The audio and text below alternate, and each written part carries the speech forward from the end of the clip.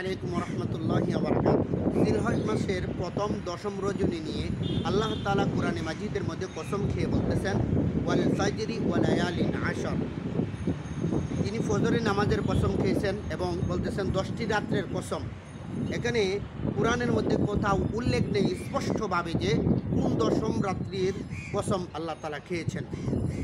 তাফসিরের জগতের মধ্যে সবচেয়ে শ্রেষ্ঠ তাফসির বিশারদ হচ্ছেন আব্দুল্লাহ ইবনে আব্বাস রাদিয়াল্লাহু তাআলা।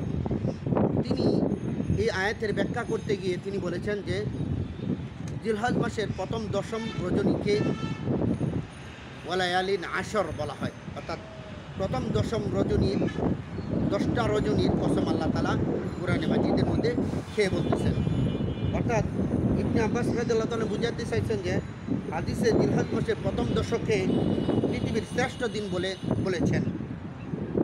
রাসূলুল্লাহ সাল্লাল্লাহু আলাইহি ওয়াসাল্লাম বলেছেন, এমন কোনো দিবস নেই যে যার আমল জিলহজ মাসের প্রথম 10 দিনের আমলের মতো হবে।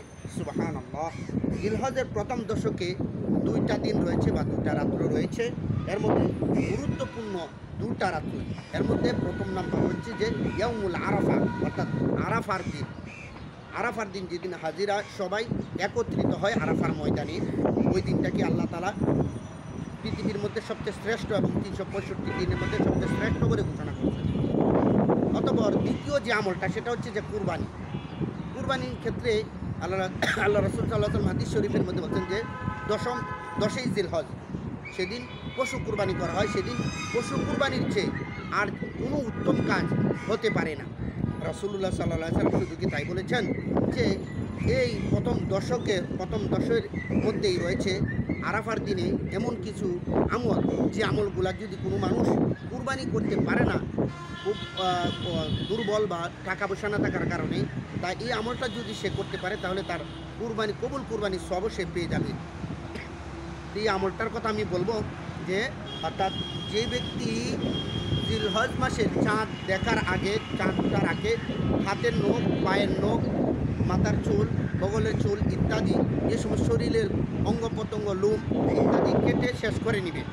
অতঃপর যখন ব্যক্তি অন্য কাজে অর্থাৎ ব্যক্তি যদি আর 10 দিন যাবৎ কোনো প্রকার কাটাকাটি বা কোনো কিছু না করে, সে ওই কুরবানি পশু জবাই করার আগ পর্যন্ত যদি এরকম অবস্থায় তাকে কুরবানি পশু জবাই করার পরে যদি সে তার অঙ্গ প্রত্যঙ্গ বা চুল নখ কাটে, তাহলে তার আমলনামার মধ্যে একটা কবুল কুরবানির সওয়াব আল্লাহ তাআলা দান করবেন। সুবহানাল্লাহ। এই যে আমলগুলা রাসূলুল্লাহ সাল্লাল্লাহু আলাইহি ওয়াসাল্লামের হাদিস থেকে এসেছে। সহিহ ইবনে হিব্বান থেকে এই হাদিসটা রওয়ায়াত।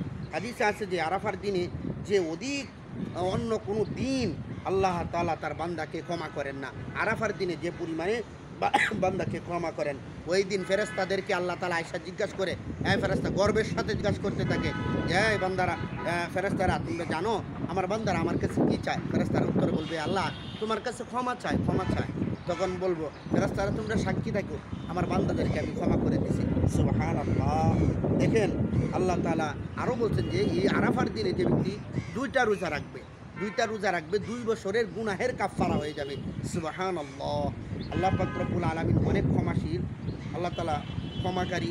এই জন্য আল্লাহ তাআলার ইবাদত বন্দেগী করবেন।